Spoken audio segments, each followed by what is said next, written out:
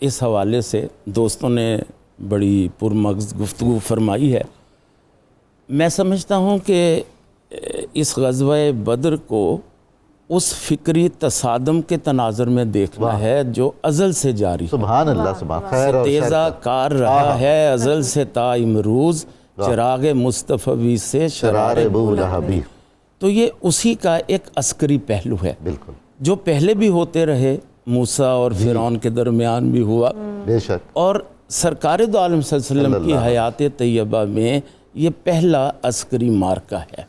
ہاں ہاں، اور اس کا دار و مدار جو ہے وہ اسلحہ جات پر نہیں ہے. کیا بات، جیسا کہ پوری تفصیل ہمیں ملتی ہے، 8 تلواریں ہیں، ہائے ہائے، ہاں جی، اور 2 گھوڑے، 2 گھوڑے، 70 اونٹ ہیں، بے یار و مددگار ہیں، چند کھجوروں کے ساتھ یہ لشکر جو ہے وہ آ جاتا ہے.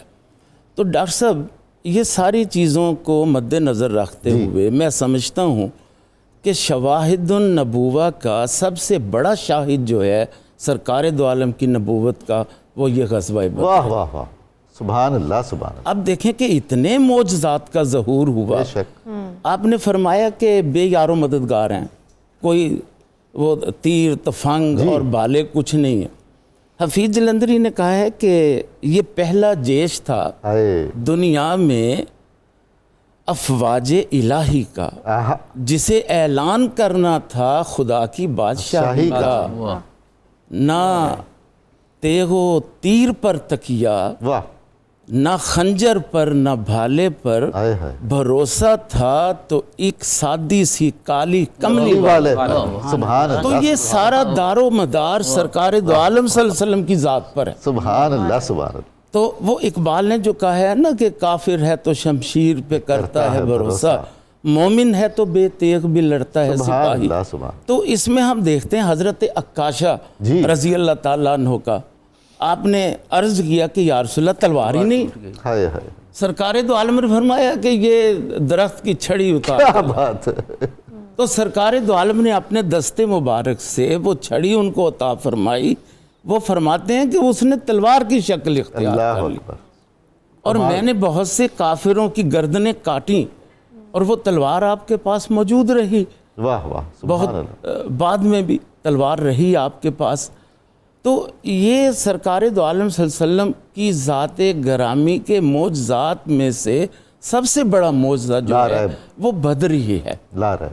تو مسلمانوں نے کبھی بھروسہ کیا ہی نہیں، اسلحے پر، تلواروں پر بھروسہ نہیں کیا. لیکن اس کا یہ مطلب نہیں ہے کہ اس پہلو کو ہم مائنس کر دیں. جی، یہ کہ تلوار بہت ضروری ہے. یہ حکم بھی تو ہے نا، گھوڑے تیار رکھو. گھوڑے تیار رکھو. تو وہ جو ہے نا کہ نہ مسجد میں نہ بیت اللہ کی دیواروں کے سائے میں نماز عشق ادا ہوتی ہے تلواروں کے سائے میں. تو یہ نماز عشق ہے. یہ جو غزوہ بدر ہے یہ حقیقت پہلی رکعت یہ نماز عشق ہے جو سرکار دو عالم کے عشاق نے وہاں ادا کی ہے. اور ہم دیکھتے ہیں کہ میں نے عرض کیا کہ یہ شواہد النبوہ کا بہترین پہلو ہے. جی، حضرت معاذ جی، جنہوں نے ابو جہل کو زخمی کر دیا، بازو کٹ گیا، بازو کٹ گیا اور سرکار دو عالم کی خدمت میں حاضر ہو گئے. تو سرکار نے لباب دہن لگا کر بارو جوڑ دیا. سبحان اللہ، سبحان. حضرت معاذ سیدنا عثمان غنی کی خلافت تک زندہ رہے ہیں اور اس بازو سے کام کرتے رہے. سبحان اللہ. اور وہ فرمایا کرتے تھے کہ یہ پہلے اتنی طاقت اس میں نہیں تھی.